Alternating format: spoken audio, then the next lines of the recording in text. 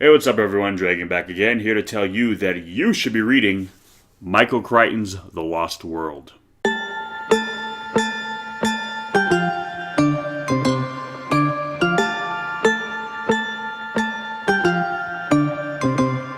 So, The Lost World, or The Lost World Jurassic Park, is a 1995 sequel to the original Jurassic Park, one of Michael Crichton's, the late Michael Crichton.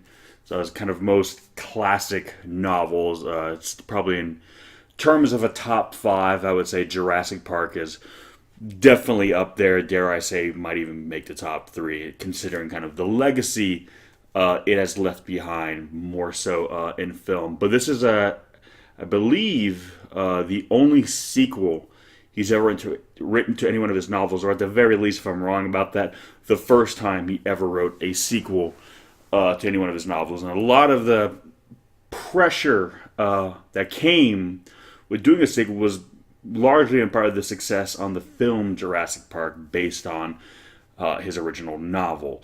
And there's a lot of pressure from like the fans. Spielberg was pushing for it. I mean, the film had kind of revolutionized film special effects and was at the time the highest grossing film of all time.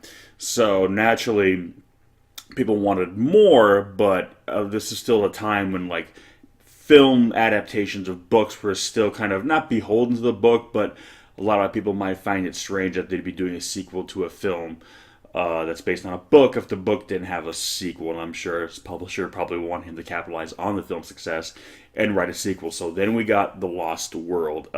And curiously, and this is going to lead to some spoilers from the first book, so bear this in mind.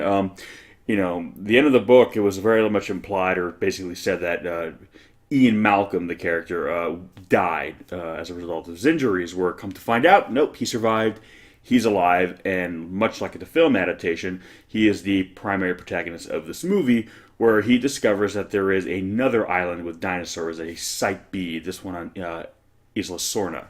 And basically, they find out there's another company that essentially sabotaged things from the first book to go in there and basically want to start taking dinosaurs, start using them for experiments, basically kind of a rival company to InGen. And essentially that's kind of what is taking place here. So basically, Malcolm has to go to the island with a group of scientists, and he meets up with another scientist there, Dr. Harding, and essentially they are kind of working to undermine this other group of bioengineers of this rival corporation from basically exploiting the dinosaurs on the island. And one of the reasons why we even find out there's another island is because, the corpses of mysterious creatures start, washing up on shores of the mainland. So right away we know that InGen was up to more, and you basically find out that pretty much the dinosaurs were created on this other island. That this essentially was like a factory where they would then kind of move them over to the other island,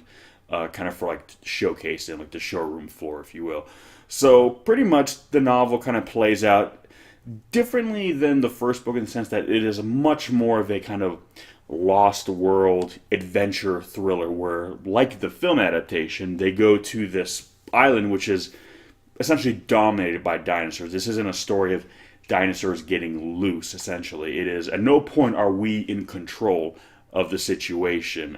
We get there, we're on their turf, and right off the bat, we have no preconceived notions of safety. We know that we are essentially thrown into the shit, and we have to basically survive and battle our way out every step of the way. And that's pretty much how this novel plays out. It's a lot more action-packed than the first one. It's a lot more also straightforward than the first novel. The first novel brought up a lot more, I think, more intrigue, and it was essentially a story about, the darker side of, our childhood dreams, if you will. It was kind of about the exploitation of basically what happens when something that should be wondrous and amazing is put into the hands of greed, essentially, and how that is exploited and kind of just bastardized.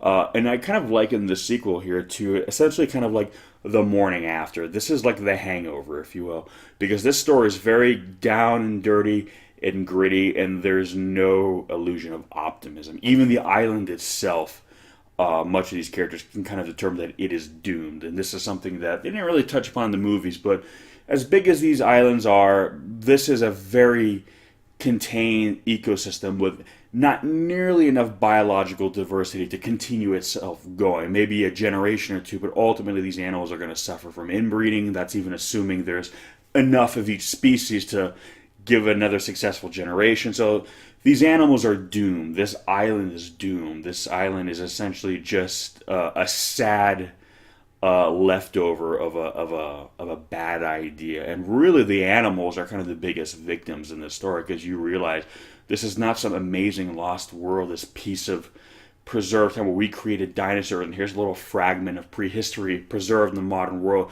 These dinosaurs are bastardizations of nature. They're not even 100% pure due to kind of the genetic, tinkering that was done with them.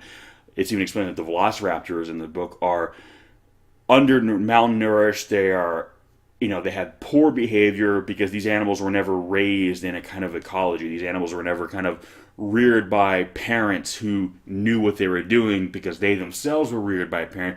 These things were essentially raised by handlers and then just turned loose into the wild. And while they started breeding with each other, they had no idea how to raise offspring. So essentially, they're all terrible parents. The children, the offspring, are fighting amongst themselves.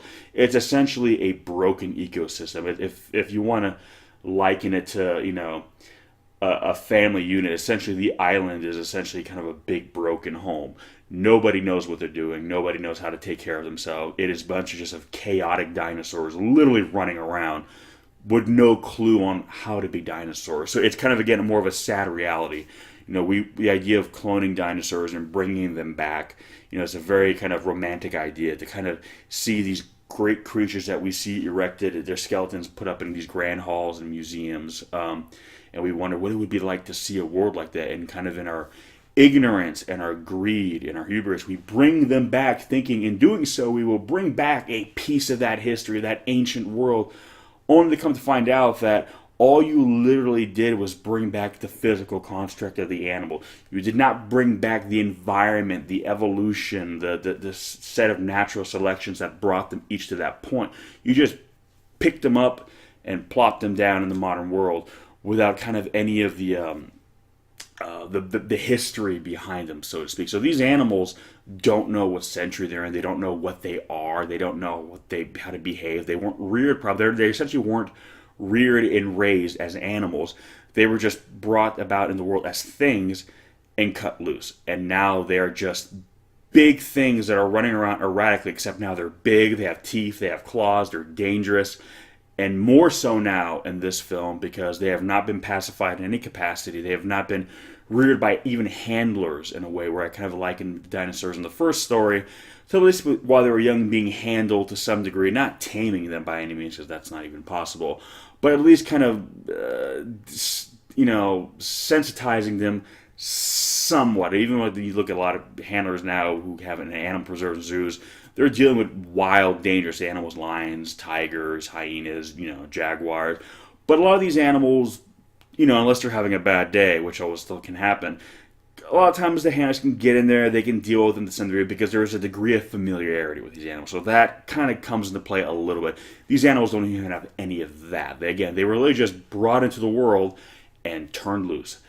They have no social construct. They have nothing. In fact, the best form of, really behavior in the film is really the two tyrannosaurs who are kind of taking care of their single offspring. And that's probably the best example or the closest bit of behavior that resembles normal behavior in the story. The velociraptors are just completely off the edge. They are completely unhinged, and it's very kind of tragic. I mean, it makes for some great scary action sequences, especially towards the end of the novel, but it's also kind of a sad reality, especially when they're leaving and they realize that this is a doomed island. These animals are going to essentially just destroy themselves. They are the ultimate manifestation of our arrogance and our pride. Essentially, now we have just created these poor things that literally are meant to be our childhood, dreams make come to life, and now have just been bastardized and just kind of perversed.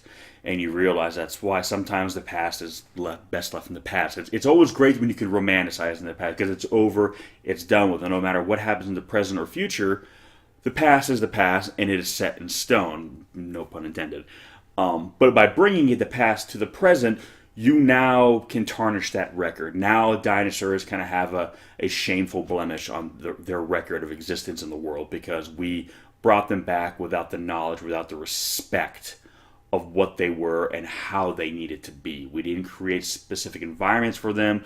We didn't rear them in accordance with their own biology. So when we turn them loose in the wild, they can kind of behave and learn like we do a lot of animals when they rehabilitate them as young. If they're rejected by parents, they'll kind of do as offhand as they can, try to raise them and teach them the techniques they need to kind of survive in the wild before turning them loose and hoping for the best. These animals got none of that. They were essentially just, abandoned children in a weird way, and that is kind of essentially what these dinosaurs represent. The abandoning of our childhood dream. We had a dream, we had big plans for it, and then it didn't work out, so we just cast it aside, and assuming no further responsibility.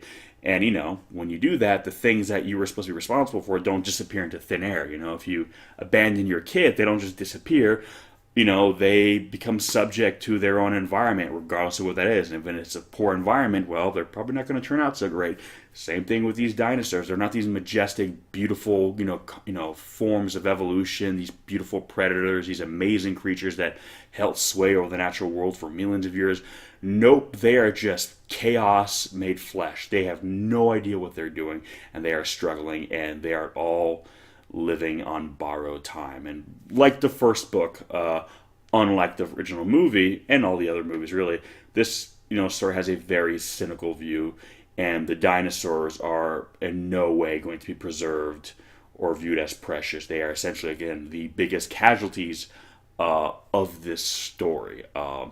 And Malcolm's character being the constant cynic, which is one of the big reasons I heard that Crichton himself wanted to bring him back and kind of raise him from the dead, so to speak, is because he was the only one who kind of spotted this to the full degree early on. So, it's a great story. It's a lot of fun. I prefer the first book. I think a lot of people do. But I still think it does this story justice. And when you read this book, you understand why Crichton himself never wrote a third book. Not that stopped Hollywood from making more movies. But yeah, that's basically kind of The Lost World in a nutshell. The name Lost World is an homage to Sir Arthur Conan Doyle's The Lost World. But again, a much darker, more cynical take on the idea of going to a place where dinosaurs are basically the only thing there. So, The Lost World, Jurassic Park. Have you read it? If so, what did you think? Did you like it more than the first book? Did you not like it as much as the first book? Give me some of your thoughts. Let me know. I'm always very interested, especially with a certain movie right now blowing up at the box office. But anyway, guys, thanks for watching, and I'll catch you in the next one. Peace!